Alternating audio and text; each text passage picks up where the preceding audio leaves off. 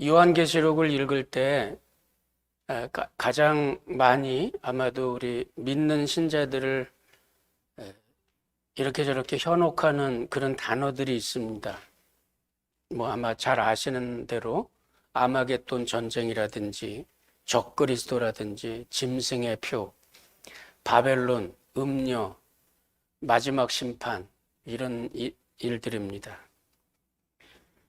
그런 많은 일들이 우리 예수를 믿는 사람들에게 어떤 시한부 종말론을 가지고 와서 우리가 마지막 어떤 심판 앞에서 우리가 굉장한 고초를 겪는다, 이런 이야기들을 많이 하게 되는데, 결론부터 말씀드리면 예수를 믿은 신자들은, 제가 몇 차례 강조를 해드렸습니다마는, 예수를 믿은 신자들에게는 더 이상의 심판은 우리들에게 없습니다.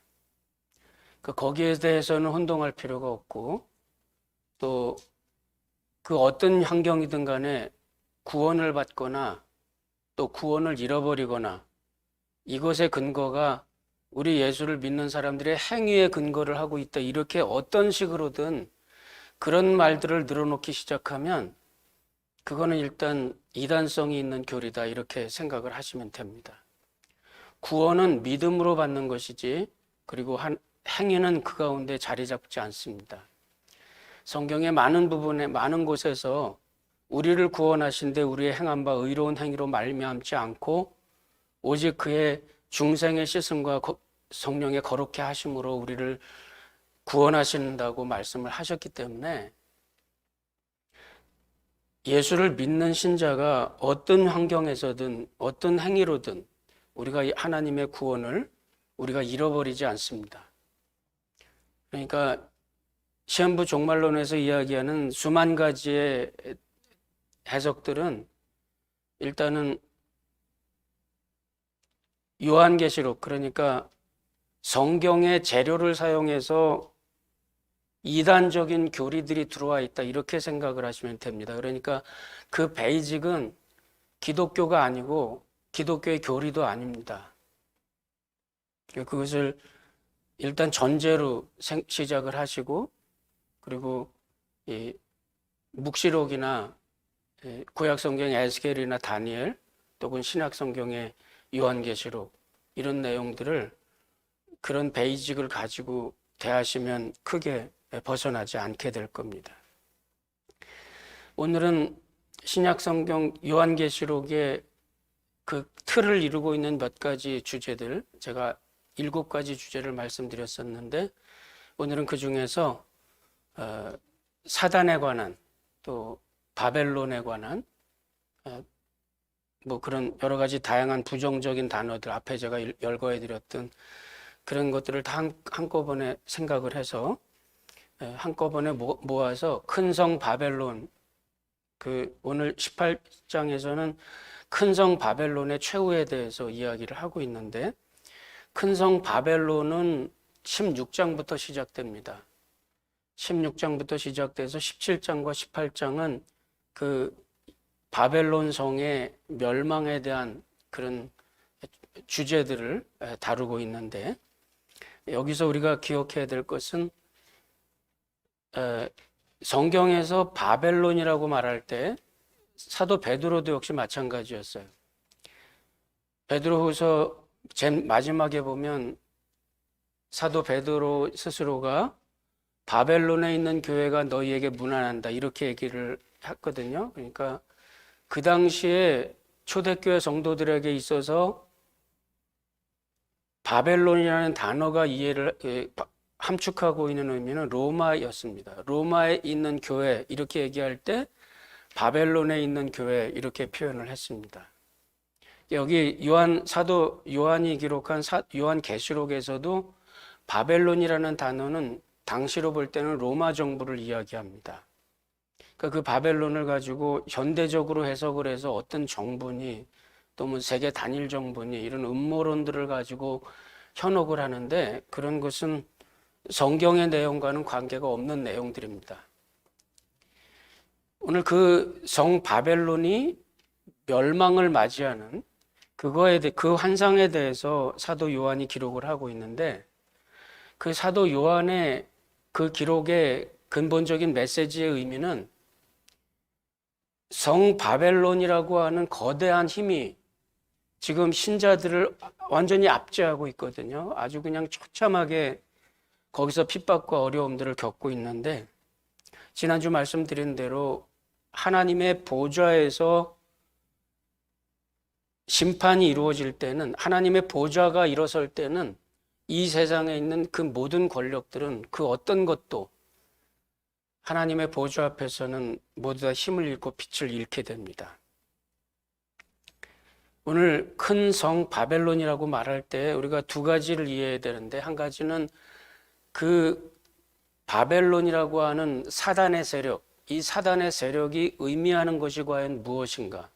그 당시 로마 정부로 상징되고 있었던 그 사단의 세력, 그 바벨론의 세상 정부 바벨론이 갖고 있는 가공할 만한 힘이었죠. 그것이 상징하고 있는, 그 당시에 요한계시록에서 바벨론이 상징하고 있는 것은 로마 정부였고, 그 로마 정부와 함께 담고 있는 메시지는 사단의 세력입니다. 그러니까 그것을 이해하기 위해서는 두 가지를 이해를 해야 돼요. 하나는 공중의 권세 잡은 자, 지금 공중의 권세 잡은 자, 사단의 세력, 그 사단의 세력과 그 당시에 그 가공할 세상의 힘을 갖고 있었던 완전한 힘이었습니다. 로마 제국의 힘은, 그 힘을 가지고 있는 그 바벨론이 이제 어떻게 멸망하며 하나님 앞에서 어떻게 무너지는지, 그것을 통해서 이제 이 세상의 심판이 어떻게 드러날 것인지, 이것을 우리가 이해를 하면 됩니다. 그리고 그 가운데 이제 우리는 예수를 믿는 사람은 그러면 어떻게 살 것인가 하는 문제예요. 첫 번째로는 공중의 권세 잡은 자, 16장에서 시작해서 17장, 18장까지 큰 성 바벨론에 대해서 이야기를 할 때, 여기서 말하는 이 16장 17절에서 이야기를 하고 있는 공중이라고 하는 말, 그 공중이라고 하는 말은 여기 이제 제가 잠깐 16장 17절을 잠깐 제가 읽어 드릴게요. 일곱째 천사가 그 대접을 공중에 쏟음에 큰 음성이 성전에서 보좌로부터 나서 이르되 되었다 하시니, 이러면서 이제 일곱째 천사로부터 대접을 쏟는 심판이 이루어지는데, 거기서 말하는 공중은 우리가 말하는 이 대기권을 말하는 게 아닙니다. 이 대기권에서 무슨 세균을 쏟거나 무슨 화학물질을 쏟아가지고 여기에 이 지상에 어떤 무슨 거대한 어떤 고통이 찾아오고 이런 것이 아니고, 공중이라고 말하는 여기에서 공중은 하나님을 대적하는 사단의 세력을 이야기합니다. 그러니까 여기 에베소서 2장 2절에 보면, 그때 너희는 그 가운데서 행하여 이 세상 풍조를 따르고 공중의 권세 잡은 자를 따랐으니 지금의 불순종의 아들들 가운데서 역사하는 영이라. 공중의 권세 잡은 자는 사단을 이야기하고 불순종의 아들들이 따르는 영입니다. 그러니까 그 사단의 영이 세력을 갖고 있는 그 영역을 가리켜서 공중이라고 이야기를 합니다. 그것은 사단의 영향력, 그 풍조와 원리가 통용되는 곳입니다. 돈의 원리가 통용되고, 자본의 원리가 통용되고, 물질, 만몬입니다. 그렇죠? 물질과 부와 탐욕의 원리가 통용되고, 그것이 가치가 있다고 생각하는 가치관, 세속적인 가치관이 통하는 그런 곳입니다. 만약에 우리가 이 세상에서 살아가는 동안에 돈이 제일이야, 이렇게 생각하고 있으면 우리가 예수를 믿는다고 하면서도 우리는 공중의 권세 잡은 자의 영을 따르는 것이 됩니다. 돈을 버는 게 최고야. 세상에서 좀 잘 인정받는 위치로 출세하는 게 최고야. 만약에 우리가 그 원리에 따라 산다면 우리는 그 세상의 원리에 따라서 사는 것이고 공중의 권세 잡은 자의 원리를 따라서 사는 겁니다. 이것이 공중의 권세 잡은 자의 영향이고 그 안에서 그것을 따라 사는 사람들의 모습입니다. 그것을 가리켜 지금 불순종의 아들들 가운데서 역사하는 영이다. 이 공중은 지금 적어도 그 사단의 원리에 따라 사는 사람들의 삶의 한계에 있어서는 그 안에 있어서는 사단은 적어도 그들에게 주인입니다. 공중의 권세 잡은 자의 원리와 그 나라의 통치의 원리가 적용되는 곳이에요. 하나님의 나라는 그게 아니거든요. 하나님의 나라는 하나님의 통치가 이루어지는 곳인데 우리가 만약에 이 세상에 있으면서 땅에 있으면서 이 세상의 타락의 원리, 사단의 원리에 따라 살아간다면 우리는 하나님의 나라 안에서 사는 게 아니고 공중의 권세 잡은 자, 지금 불순종의 아들들 가운데서 역사하는 영의 통치하는 원리와 그 원리와 방법에 의해서 살아가는 것이기 때문에 우리는 빛의 원리에 의해서 사는 게 아닙니다. 그 바벨이라는 말은 바벨탑이라고 하는 언어에서 출발을 하는데 그 바벨탑은 여러분 잘 아시는 대로 하나님으로부터 독립하기를 원하는 사람들의 모임이에요. 지금도 마찬가지입니다. 하나님의 통치의 원리를 거부하고 어떻게든 하나님으로부터 벗어나 보려고 하는 그런 원리, 그런 철학, 그런 과학, 이런 것에 의해서 살아가고자 한다면 그러면 우리는 그 바벨의 원리에 따라서 사는 겁니다. 우리는 이 어떤 책에도 그런 책 제목이 있죠. 바벨론에서 그리스도인으로 살아가기. 우리가 이 땅 바벨의 원리가 통용되는 이 세상에서 우리가 어떤 원리에 따라서 살아가는가? 이것이 우리가 지금 살아가는 종말 시대에 살아가는 그리스도인들의 삶의 모습입니다. 우리 예수를 믿는 사람들이 이 땅에서 살아가는 것은 우리가 예수를 믿는 힘으로 사단의 세력을 이겨서 끝까지 승리를 쟁취해야 돼. 이렇게 생각하면 잘못 나가는 거예요. 여러분은 이미 승리를 했어요. 이거를 잘 기억해야 됩니다. 우리가 승리한 사람으로서 이 땅에서 살아가는 동안에 싸우는 싸움이라는 영적 전쟁이라는 것은 내가 이미 승리한 사람으로서 이 땅에서 이 땅의 이 더러운 하나님을 거부하는 더러운 세력 앞에 꿋꿋하게 버티고 서는 게 우리의 싸움이에요.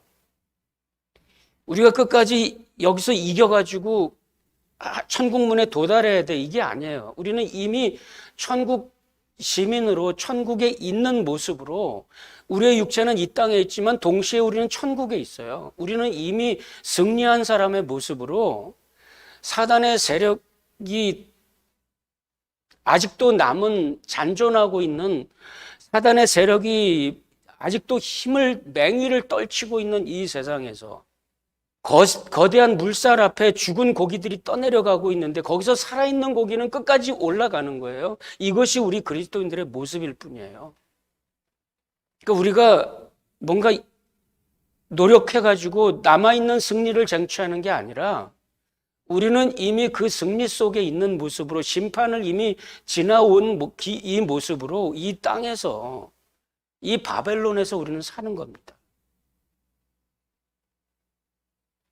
때로는 이 세상의 세력이 너무 강해서 그래도 진리는 승리합니다. 이렇게 말하는 게 빛바랜 구호처럼 느껴질 때도 있어요.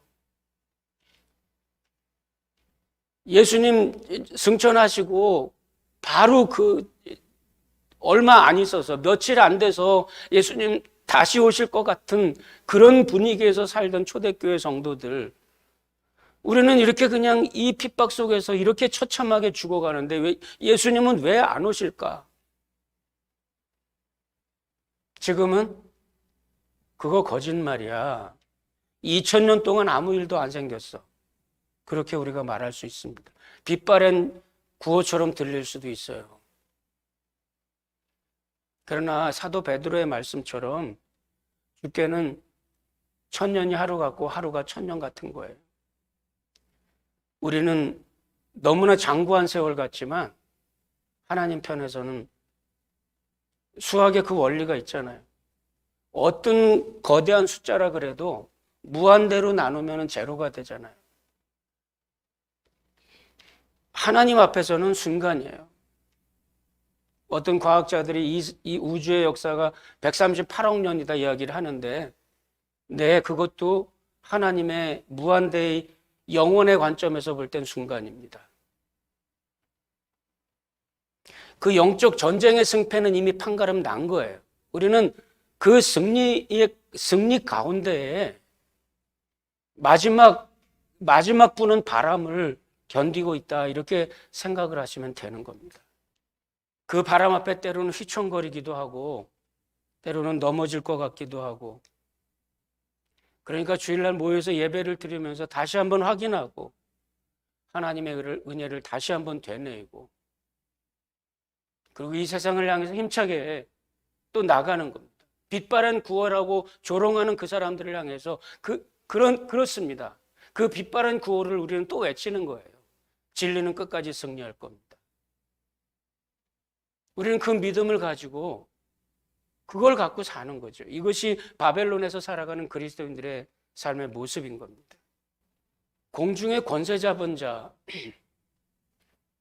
여기 보면 이제 17장의 16절에 가서 보면, 내가 본 바 이 열불과 짐승이 음료를 미워하여 망하게 하고 벌거벗게 하고 그 살을 먹고 불로 살이리라, 이런 말이 있는데, 바벨론을 다스리는 원리가 지금 사단의 세력, 공중의 권세 잡은 자입니다. 하나님을 따르는 백성들은 하나님께서 끝까지 그들을 보장하고 하나님께서 끝까지 그들의 면류관을 지키시고 그 생명을 하나님께서 보장하십니다. 끝까지 견딘 자에게는 하나님께서 분명한 상급을, 면류관을 주시려고 준비를 하고 계시고, 우리가 견디기 힘들어할 때는 감당치 못할 시험을 허락지 않으시고 이 땅에서 우리가 감당할 수 있도록 도우시고 우리를 이끌어 가십니다. 그런데 사단의 공중의 권세 잡은 자의 원리를 따라 살아가고 있는 영적으로 죽은 부류의 사람들의 최후는 뭐냐면, 하나님의 심판의 일부가 어떤 모습이 있느냐면, 사단이 자기의 추종자들을 향해서 마지막 그 아주 잔인한, 극도로 잔인한 그런 행동을 사단이 자기를 따르는 자들에게 보일 때, 성경은 그것을 뭐라고 이야기를 하느냐면, 로마서에서 이렇게 얘기를 했습니다. 로마서 1장 28절에 보면, 26절부터 제가 볼게요. 이 때문에 하나님께서 그들을 부끄러운 욕심에 내버려 두셨으니, 이 내버려 두셨다는 단어가 두 번 나옵니다. 26절과 28절에 나오는데, 그들의 여자들도 순리대로 쓸 것을 받고 영리로 쓰며 그와 같이 남자들도 순리대로 여자 쓰기를 버리고 서로 향하여 음욕이 불릴 듯하며 남자가 남자와 더불어 부끄러운 일을 행하여 그들의 그릇 때문에 상당한 보응을 그들 자신이 받았느니라. 28절에 보면, 또한 그들이 마음에 하나님 두기를 싫어하며 하나님께서 그들을 그 상실한 마음대로 내버려 두사 합당치 못한 일을 하게 하셨으니 곧 불의, 추악, 탐욕, 악의가 가득한 자요, 시기, 살인, 분쟁, 사기, 악독이 가득한 자요, 수군수군하는 자요, 비방하는 자요, 하나님께서 미워하시는 자요, 능욕하는 자요, 교만한 자요, 자랑하는 자요, 악을 도모하는 자요, 부모를 거역하는 자요, 우매한 자요, 배약하는 자요, 무정한 자요, 무자비한 자라. 그들이 이 같은 일을 행하는 자는 사형에 해당한다고 하나님께서 정하심을 알고도 자기들만 행할 뿐 아니라 또한 그런 일을 행하는 자들을 옳다 하느니라. 하나님께서 그냥 내버려 두세요. 하나님 두기를 싫어하는 사람들의 삶의 모습을 하나님께서 그냥 내버려 두십니다. 하나님께서 그들을 부끄러운 욕심에 그냥 내버려 두세요. 그런 사람들의 그런 지금 악한 영의 세력을 추종하면서 살아가는 그 탐욕과 타락의 세력 속에서 그것을 즐기고 있는 사람들의 마지막을 요한계시록 17장과 18장은 그렇게 이야기를 하는 겁니다. 내가 본 바 이 열불과 짐승이 음녀를 미워하여 망하게 하고 그 따르는 자들을 망하게 하고 벌거벗게 하고 그 살을 먹고 불로 아주 살으리라. 그 살벌한 그 모습과 그 표현들이 17장, 18장 전체에 있습니다. 궁금하시면 나중에 읽어보시면 돼요. 그러니까 하나님께서 심판하시는 게 형벌을 주시는 경우도 있겠지만은 더 많은 경우에 이미 어떤 것이 있느냐면 심판을 이미 받은 그 환경 속에 내버려 두는 게 하나님의 심판이에요. 요한복음 3장 16절 여러분들 잘 아시죠? 하나님이 세상을 이처럼 사랑하사. 바로 거기 18절에 가서 보면 이렇게 이야기를 합니다. 그를 믿는 자는 심판을 받지 아니하는 것이요 믿지 아니하는 자는 하나님의 독생자의 이름을 믿지 아니하므로 벌써 심판을 받은 것이니라. 이미 심판 가운데 있어요. 여러분들은 상상할 수도 없는 그 타락의 현장이 지금 믿지 않는 사람들의 세계 속에서 버젓하게 이루어질 수도 있습니다. 평생 이 교회 안에서 신앙생활을 했던 여러분들은 저는 상상할 수도 없는 타락이 저 밖에서는 이루어질 수도 있어요. 저마다 자기들 나름대로 자기가 잘났다고 자기가 원하는 대로 그저 평생 동안 어떻게 기독교인으로 사니? 죽을 때 잠깐 죽기 전에 믿고서 천당 가면 그만이지. 그거는 믿는 사람의 생각이 아니죠. 평생 하나님을 믿고 거룩하게 살려고 하는 사람들은 그 무의식 속에라도 생각지도 못하는 그 타락이 믿지 않는 사람들의 세계는 버젓이 행해지고 있습니다.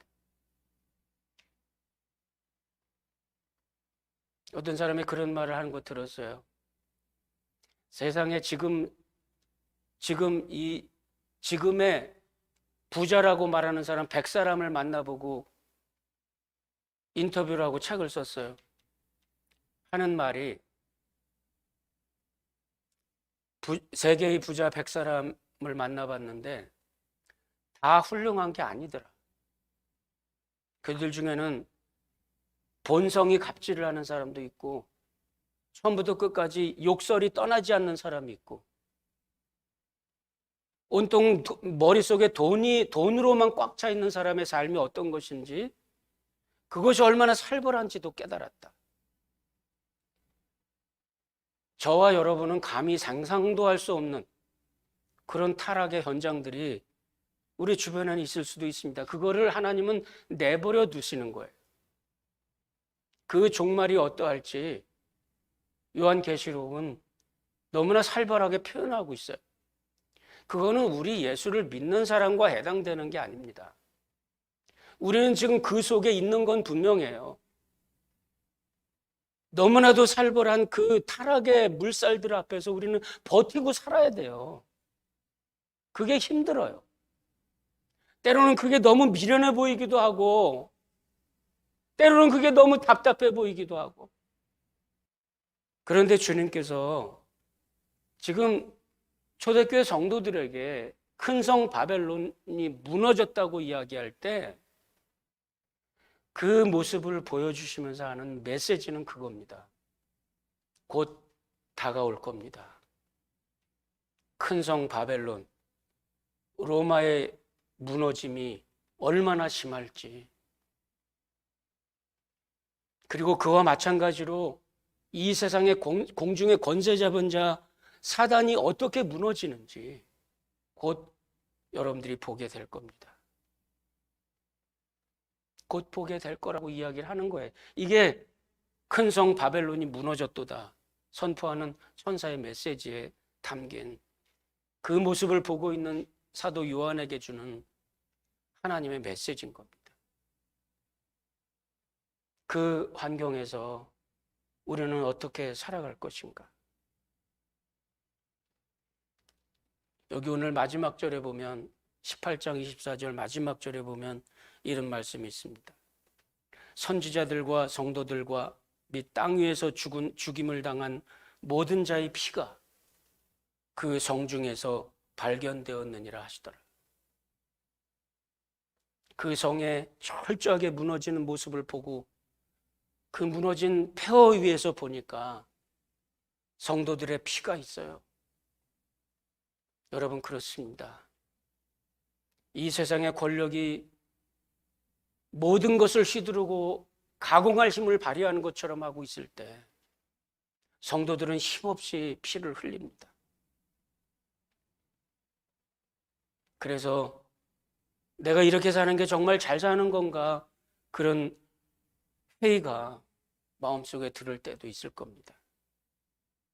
그리고 그런 갈등 앞에서 우리는 늘 그런 질문을 합니다. 왜 하나님의 백성들이 이렇게 힘들죠? 언제까지 이래야 되겠습니까?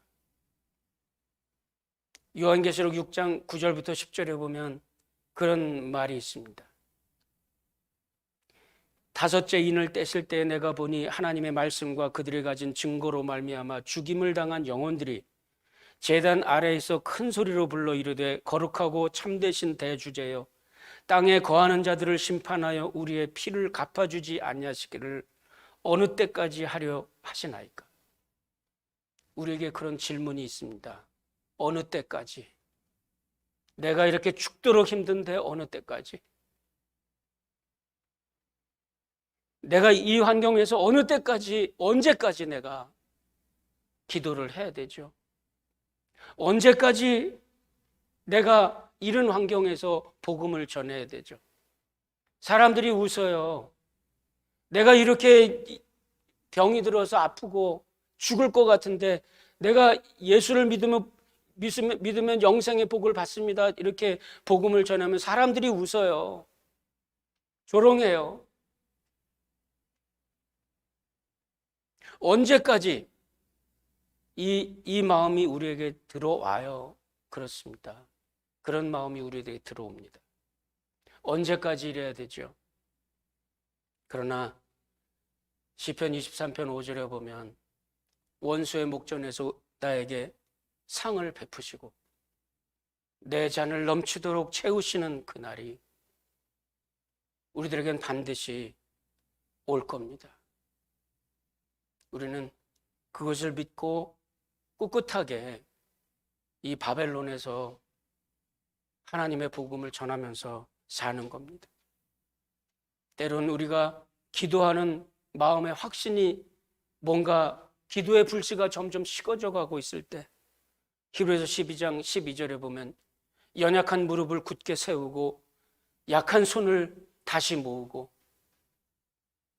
하나님의 은혜 앞에 하나님의 보좌 앞에 나아가라고 이야기합니다.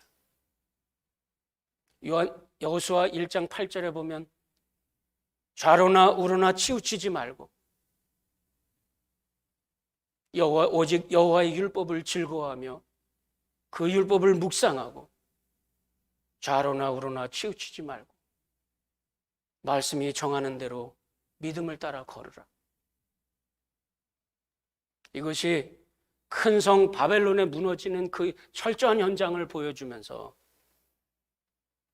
요한계시록을 쓰던 사도 요한은 그 핍박의 현장을 지나가고 있는 성도들에게 그렇게 격려를 하는 겁니다. 마찬가지의 메시지를 우리는 오늘 이 시간에 함께 듣는 겁니다. 바벨론이라고 하는 하나님을 거역하기를 좋아하는 그런 사회 속에서 이 바벨론에서 우리는 어떻게 그리스도인으로 살아갈 것인가? 우리의 눈은 끝까지 놓치지 말아야 됩니다. 큰 성 바벨론이 힘없이 무너져 내릴 겁니다. 그때 하나님의 은혜를 사모하며 그 앞에 하나님의 마지막 승리를 바라보면서 믿음으로 전진하는 것. 저와 여러분들에게 이런 믿음의 용기가 있기를 바랍니다. 기도하십시다.